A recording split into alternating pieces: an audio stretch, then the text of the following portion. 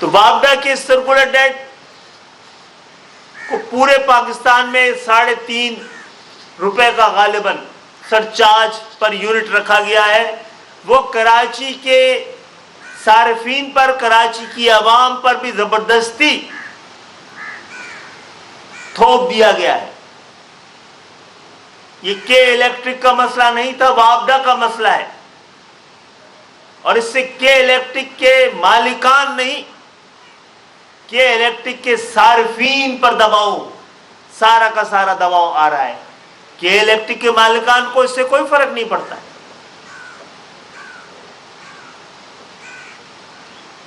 تو ہم پہلے بھی اس حوالے سے تجاویز ایوانوں میں بھی اور حکمرانوں کو بھی پیش کرتے رہے ہیں، اور اس حوالے سے ہم کام کر رہے ہیں، اور جلدی اس کا کوئی مستقل حل فی الحال نظر نہیں آ رہا ہے. لیکن فوری ریلیف کے لیے اقدامات کرنا اس وقت حکومت وقت کی ذمہ داری ہے. اسی طرح سندھ کے شہری علاقے بھی، سندھ کا دوسرا بڑا شہر حیدرآباد میں 12-14 گھنٹے کی لوڈ شیڈنگ ہو رہی ہے. وہاں کے تاجر اب احتجاج میں مجبور ہو رہے ہیں. انہوں نے جس احتجاج کی کال دی ہے،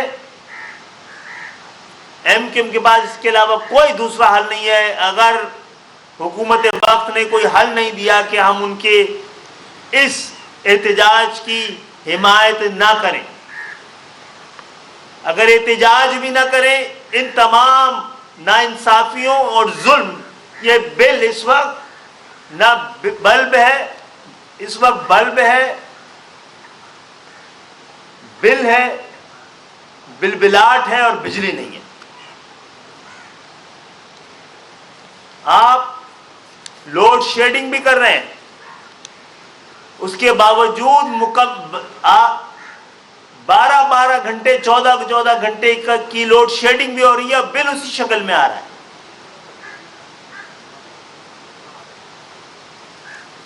تو ہم حیدرآباد کی عوام سے بھی ان کو یقین دلانا چاہتے ہیں کہ ہم آپ کے ساتھ اس مسئلے میں آپ کے ساتھ کھڑے ہیں، اور ایوانوں میں پہلے بھی جا کے بات کی ہے، حکمرانوں کے پاس دوبارہ جا کے بات کریں گے.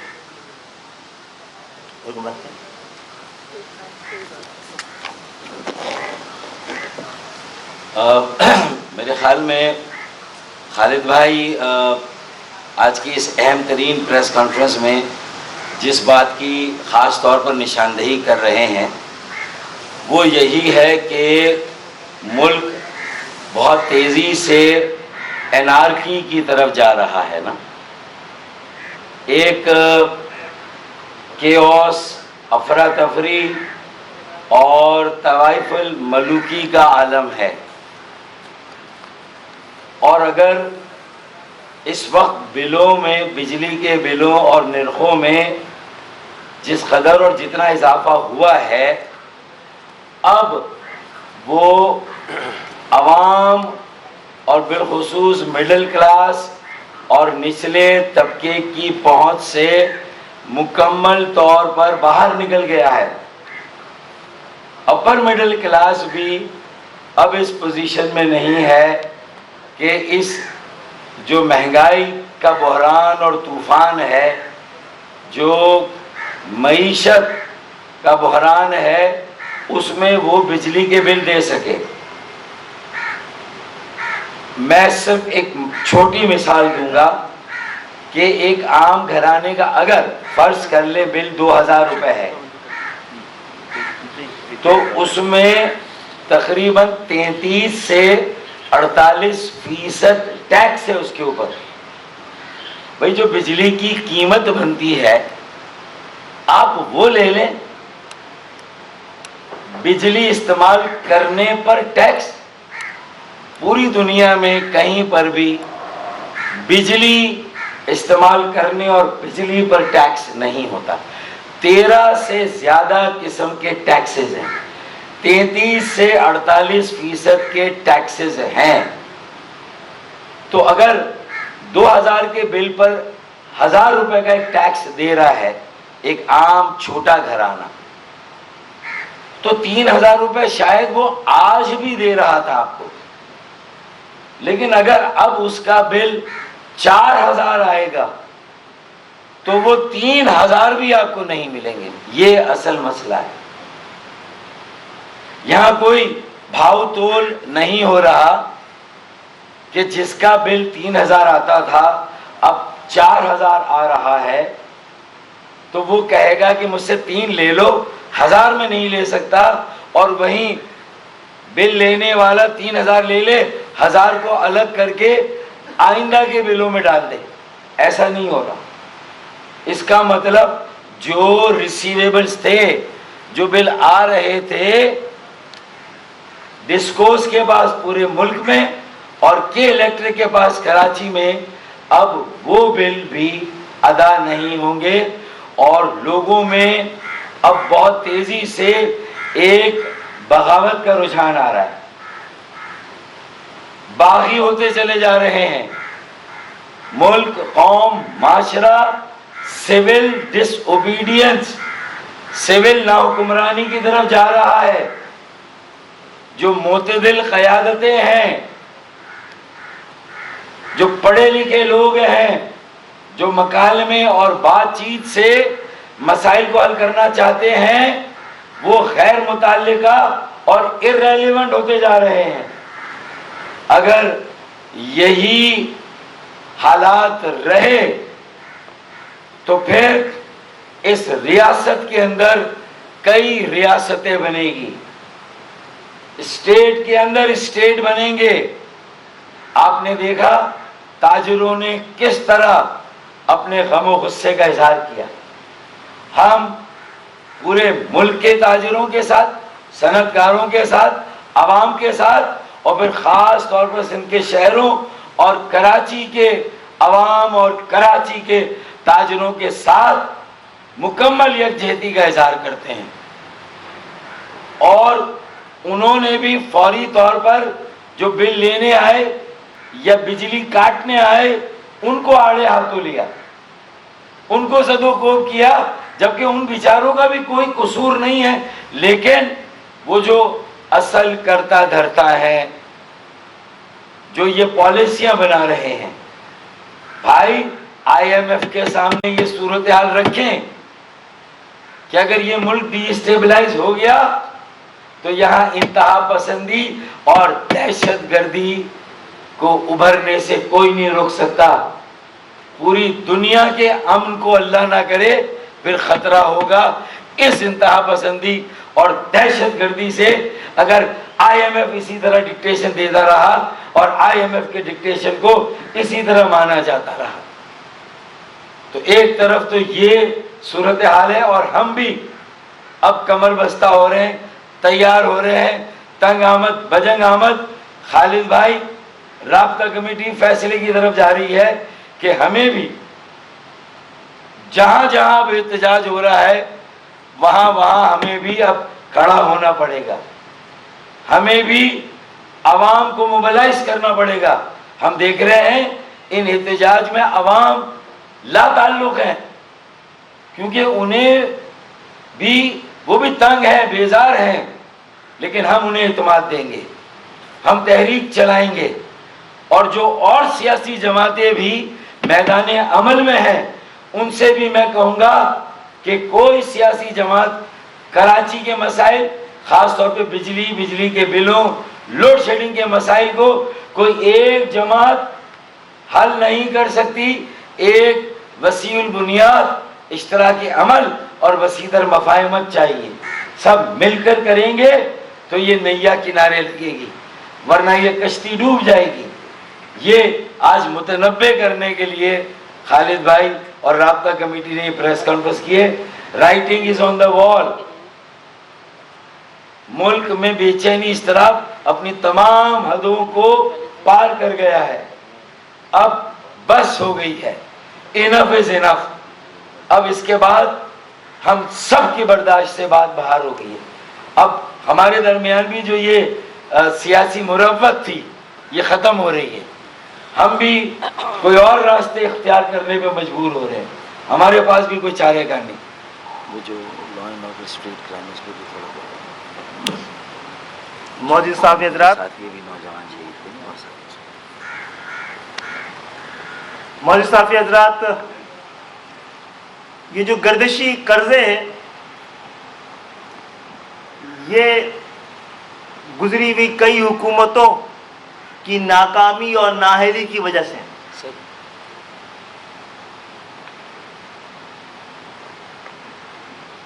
یہ وفاق اور صوبوں کے درمیان چپکلش کی وجہ سے، یہ پالیسیز کا مسئلہ ہے، اور اس کا سارا بوجھ گزشتہ 70 سالوں میں حکمران عوام پر ہی ڈالتے آئے ہیں. اگر آپ ناکام ہو رہے ہیں تو اس ناکامی کی ذمہ داری لیں، اور جس طرح مہذب دنیاؤں میں اور جمہوری معاشروں میں ہوتا ہے، جو ذمہ داری لیتا ہے وہ اپنا عہدہ چھوڑتا ہے. اس وقت پاکستان میں معاشی بحران ہے، لیکن معاشی بحران سے زیادہ پاکستان میں اصل بحران نیت کا بحران ہے. پاکستان میں فائنینشیل بینک کرپسی سے زیادہ مورل بینک کرپسی ہے. فائنینشیل جو قومی اتفاق اور اتحاد اور ٹرسٹ، سب سے بڑا ڈیفیسٹ پاکستان کے اندر ٹرسٹ ڈیفیسٹ. ان کو ایڈریس کرنے کے بارے میں کبھی نہیں سوچا گیا ہے، نہ پاکستان میں جنوین جمہوریت آنے دی گئی ہے. یہ حالات جو بجلی کے بلوں سے ابھرتے ہوئے محسوس ہو رہے ہیں، اس نے کراچی کی سڑکوں پہ جرائم کی پرورش کرنی شروع کر دی ہے. منظم گینگ کراچی کے اندر جرائم، اور پورے پاکستان میں ہو رہے. کراچی میں اچانک 2-3 دنوں میں جرائم کی جس شکل میں آگے بڑھ رہے ہیں، وہ بھی ایک سنگین خطرے کی شکل اختیار کر جائیں گے. اس کے ساتھ ساتھ آپ لوگوں کی آج یہاں موجودگی سے میں اس ہونے والے اس وقت عام انتخابات کی تیاری، مردم شماری، حلقہ بندیوں اور ووٹر لسٹ کے حوالے سے بہت ساری بحث چھڑی ہوئی ہے. ہم اپنا موقف سب سے پہلے اور سب سے زیادہ وضاحت کے ساتھ پیش کرتے رہے ہیں.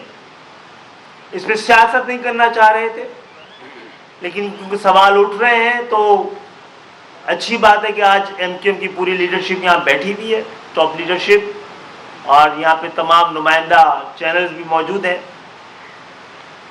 ایم کیو ایم فوری انتخابات کی خواہش مند ہے، اور اس لیے بھی ہے کہ پچھلے انتخابات میں جس طرح یہاں کے حقیقی نمائندوں کے بجائے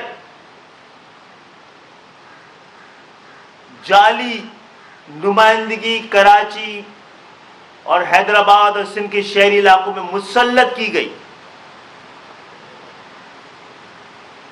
اس نے یہاں کی سوسائٹی کو بھی، یہاں کی زندگیوں کو بھی، یہاں کی شکل کو بھی بدلنے کی صورت اختیار کر لی تھی. وہ جو ہمارا حق چھینا گیا ہے، پورے پاکستان میں کسی کا اس طرح نہیں چھینا گیا تھا، حق نمائندگی. تو سب سے زیادہ ضرورت سندھ کے شہری علاقوں اور خصوصاً کراچی کی تھی کہ وہاں کے حقیقی نمائندے دوبارہ کراچی کی اور سندھ کے شہری علاقوں کی نمائندگی کرنے کے لیے ایوانوں میں موجود ہوں. سب سے جلدی انتخابات کی ضرورت اس شہر کو ہے، لیکن انتخابات ہونے کی بڑی شرط یہ ہے پوری دنیا میں بھی اور آپ کے ملک میں بھی کہ انتخابات صاف، شفاف، غیر جانبدار اور سب کے لیے قابل قبول ہونے چاہیے. یہ کون سے لوگ ہیں جو نئی حلقہ بندیوں، جو نئی مردم شماری کے بعد بھی پرانی حلقہ بندیوں پر زور دے رہے ہیں تاکہ ان کے حق میں جو 15 سال سے حلقہ بندیاں اور ووٹر لسٹ بنتی رہی ہیں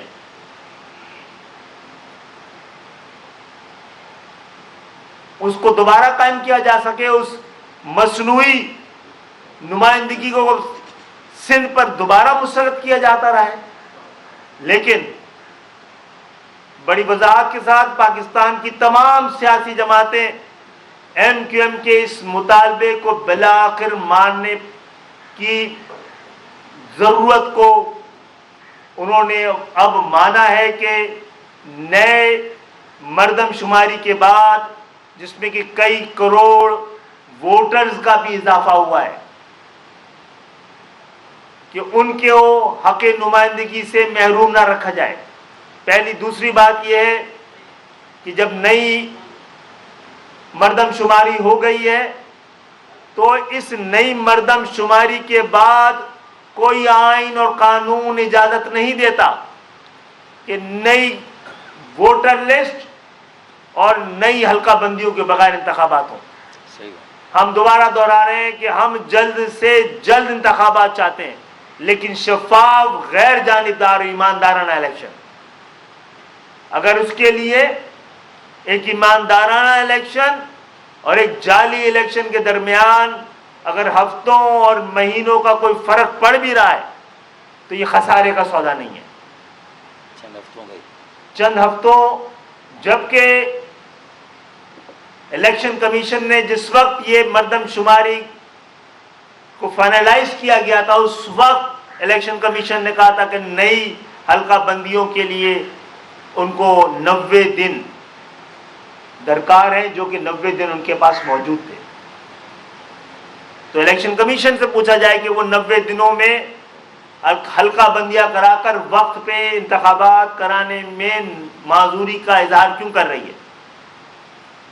پھر دہرا رہا ہوں انتخابات وقت پہ ہونے چاہیے, جلد سے جلد ہونے چاہیے, لیکن شفاف الیکشن کی, شفاف انتخابات, غیر جانبدار انتخابات اور پورے پاکستان میں بسنے والے تمام لوگوں کو حق نمائندگی دینے کے خاطر ہر کچھ تاخیر پاکستان کی عوام, پاکستان کی جمہوریت, پاکستان کے نظام کے حق میں ہے. اور اس حق سے ہم پاکستان کو نہ دستبردار ہونے دیں گے نہ خود اس حق سے دستبردار ہوں گے. بہت بہت شکریہ. اچھا خالد بھائی یہ بتائیے گا کہ 28 اگست کو الیکشن کمیشن آف پاکستان کی جانب سے ایم کیو ایم کو بھی جو ہے مشاورت کے لیے بلایا گیا ہے, تو آپ کا وقت جو ہے جائے گا؟ جی ضرور جائے گا. ہمارا موقف تو سب سے واضح ہے, سب سے پہلا ہے اور ہمارا بھرپور نمائندگی وہاں پہ ہوگی. اور ہمارے پاس جو اسٹیٹکس ہیں, جو دلیل ہیں, میں نہیں سمجھتا ہوں کہ اگر انصاف ہے تو اس پہ عمل درآمد کرنے کے علاوہ کوئی اور دوسری راہ نکلے گی.